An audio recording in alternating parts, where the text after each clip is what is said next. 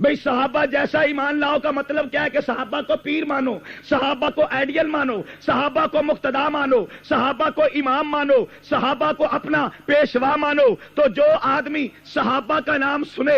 سینے میں ٹھنڈ پڑے، جو صحابہ کا نام سنے پھول کی طرح چہرہ کھل اٹھے، جو صحابہ کا نام تمہارے منہ سے سنے اور کہے سبحان اللہ، کس جماعت کی بات کی ہے؟ وہ صحابہ میرے پیر ہیں، صحابہ میرے مرشد ہیں، صحابہ میرے امام ہیں، صحابہ میرے مقتدا ہیں، صحابہ میرے پیشوا ہیں، سمجھ لو مومن ہے۔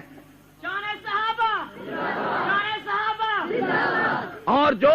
صحابہ کا نام سنے پریشان ہو جائے، صحابہ کا نام سنے اس کے دل اور سینہ گھٹنے لگے، صحابہ کا نام سنے منہ سیاہ پڑ جائے، صحابہ کا نام سنے ماتھے پہ تیوڑی ابھر آئے، صحابہ کا نام سنے پھر اس کی زبان کھلے اور بکواس کرنے لگ جائے، بکواس بھی وہ جو قرآن نے بتلائی کہ وہ صحابہ کا نام سنتے ہیں تو آگے سے کہتے ہیں انومن کما آمن السفہاء، ہم بے وقوفوں جیسا، ہم پاگلوں جیسا، ہم بے عقلوں جیسا ایمان لائیں۔ وہ صحابہ کو بے عقل کہنے لگ گئے، صحابہ کو پاگل کہنے لگ گئے، صحابہ کو بے وقوف دیوانہ کہنے لگ گئے۔ تو جو صحابہ پر تبرہ کرے، جو صحابہ کی توہین کرے، جو صحابہ کی گستاخی کرے، کسی اور دلیل کی ضرورت نہیں، اسی پر پہچان جا یہ مومن نہیں منافق ہے۔